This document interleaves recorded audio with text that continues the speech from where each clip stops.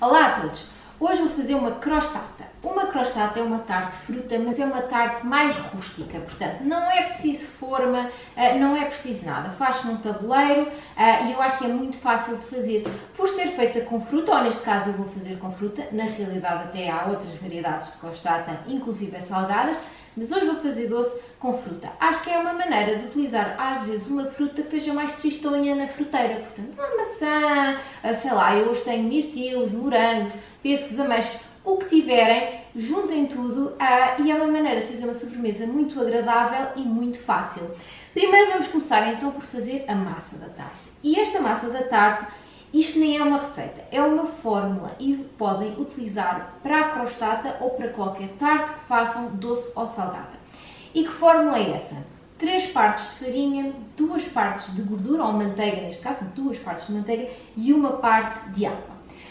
Se procurarem livros de cozinha, internet, há variedíssimas variações desta receita, da 3-2-1, mas esta é a mais básica, é muito fácil de memorizar e, portanto, quando no improviso querem fazer qualquer coisa, só têm que saber 3 farinha, 2 manteiga, 1 água e tem uma massa de tarte belíssima que serve para doce ou salgados. Vamos então começar a fazê-la. Eu tenho aqui o meu processador de alimentos, se não tiverem uma batedeira ou um processador de alimentos, podem fazer à mão, mas aqui é mais fácil. Portanto, eu tenho a minha farinha, eu estou a usar 150 gramas de farinha, vou juntar um bocadinho de sal, portanto meia colher de chá de sal e 1 colher de chá de açúcar. Como é pouca quantidade de um e do outro, não faz diferença se o recheio que forem utilizar seja doce ou salgado, porque vai sempre, a colher de chá não faz diferença. Vou só agora processar aqui a farinha um bocadinho, só para basicamente arejar a farinha e misturar bem com o açúcar e com o sal, e já está, e vou juntar a manteiga. Portanto, 150 de manteiga, 150 de farinha, 100 de manteiga, e a manteiga está bem fria. Eu cortei em cubinhos e deixei no frigorífico até ao último minuto, porque nós queremos a manteiga bem fria. Não é o mesmo efeito se tiverem a manteiga morna, e eu depois mais à frente explico porquê. Portanto, vamos misturar a manteiga na farinha. Se fizerem à mão, fazem aquela coisa com os dedos, não é? Passar para tornar a manteiga assim em nozinhos pequeninos. Eu vou fazer aqui na máquina. Também não queremos trabalhar demais. Temos assim a manteiga do tamanho de quê? Lentilhas pequenina. E aqui no processador é muito rápido, mas à mão também não é. Se tiverem à mão, até cortava os cubinhos de manteiga um bocadinho mais pequeninos, porque assim é mais fácil depois de incorporar na farinha. Pronto, eu já tenho aqui a minha manteiga incorporada na farinha. Vamos lá ver se eu consigo mostrar o aspecto. Como podem ver, é quase uma areia, mas ao de perto eu sinto ainda assim uns pedacitos pequeninos de manteiga. É exatamente isso que eu quero. Portanto, agora eu vou juntar a água. A água também convém estar fria. A minha esteve no frigorífico, que é para manter a temperatura da manteiga também bem fria. Portanto, eu agora vou ligar, juntar a água. Assim que formar uma massa, já está. Não queremos amassar demais para não ficar uma tarte rija. Nós queremos assim uma coisa tenrinha e quase folhada. É quase o efeito que nós queremos. Portanto, vou deixar a água aqui dentro. Portanto, 50 gramas de água. E deixamos trabalhar até formar uma massa. Não fica assim propriamente logo, já está. Assim uma bola grande, se tiver umas migalhas aqui e ali, até é o que se deseja, depois à mão a gente faz o resto.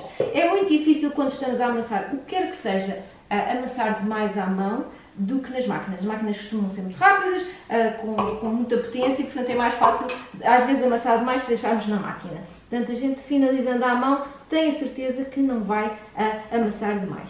Eu estou a deitar a massa numa película aderente, porque é muito mais fácil. Nós vamos refrigerar esta massa para ela descansar um bocadinho e fazer na película aderente, evita que se suje a bancada e facilita. A gente levanta assim e pressiona uma na outra. Portanto, aquelas migalhinhas serão assim incorporadas na nossa base da tarte. Ora, aqui está. Nós vamos querer fazer redondo mais ou menos. Portanto, vou tentar fazer aqui um disco mais ou menos arredondado. Mas não precisa de ser redondo, pode fazer quadrado, retangular. O importante nesta fase é que, de facto, deixem descansar a massa. Meia hora, 1 hora. Porquê? Para já, porque a farinha tem glúten e a gente esteve ali a amassar e a gente quer que aquele glúten relaxe e não esteja demasiado estressado. Depois, queremos que a farinha absorva a umidade da água por completo, portanto, fique completamente hidratada. E depois, quando vamos estender, torna-se muito mais fácil. Podem até fazer na noite anterior e de manhã, portanto já está pronta e refrigerada. A minha vai então ao frigorífico para ficar bem fria e depois já venho estender e fazer o recheio. Estamos de volta. A massa tem estado no frigorífico para ficar bem fria e eu já a vou buscar para estender, mas entretanto vou preparar aqui a fruta. Eu tenho morangos, mirtilos e maçã, mas podem usar qualquer combinação de fruta que tenham em casa a precisar de ser utilizada, até kiwis, por exemplo, mesmo qualquer coisa. Tenho mais ou menos 4 chávenas de fruta, esta é a quantidade que vou usar, e vou deitar um bocadinho de açúcar e um bocadinho de farinha maisena, portanto amido de milho. Se não tiverem a maisena, a farinha de araruta, até farinha de trigo, se não tiverem mais nada também se pode utilizar. A farinha serve para engrossar um bocadinho aquele molho, aquela água que a fruta liberta naturalmente, portanto à medida que vai cozinhando, o amido vai absorvendo aquela umidade e faz assim um molhinho bom na nossa crostata. Tenho aqui açúcar, portanto vou misturar o açúcar com a maisena, ajuda depois a ser mais fácil de incorporar na fruta. Normalmente a farinha maisena é muito poeirenta e portanto misturá-la com o açúcar ajuda aqui um bocadinho a que fique mais bem envolvida. E portanto começamos pela fruta, depois estendemos a massa e dá assim à fruta uns minutinhos, quase para macerar naquele açúcar. Portanto vou juntar e mexer, ora aqui está, e vou juntar também uma raspinha de limão. Eu tinha aqui um limão, até já está meio utilizado. Se não tiverem limão, um bocadinho de laranja, uma raspinha de laranja, ou lima, ou até um bocadinho de canela, o que gostarem, ou até nada, só mesmo açúcar e aquele bocadinho de farinha. Eu tenho aqui o limão, portanto vou usar, vou raspar.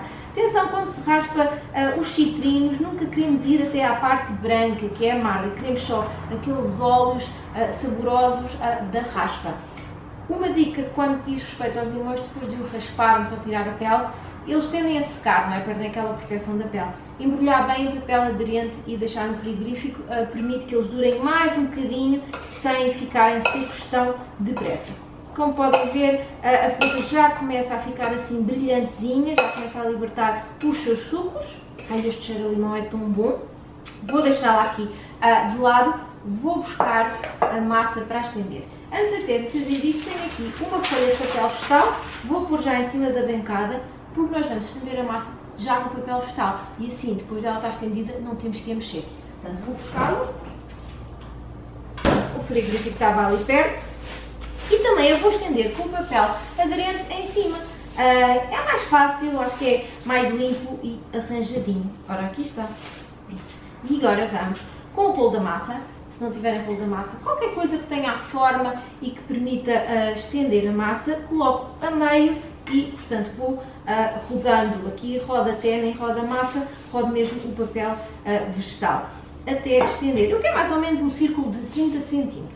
Quem diz um círculo, diz um quadrado, qualquer coisa do género. Porquê é tão importante nós termos isto tudo tão frio? O que acontece quando pomos a massa no forno, e por falar em forno, eu tenho o meu forno a aquecer a 190 graus, é que a manteiga vai derreter, a manteiga que está incorporada nesta massa. Quando a manteiga derrete, ela cria um espaço entre a massa e esse espaço, com o efeito do calor, vai expandir.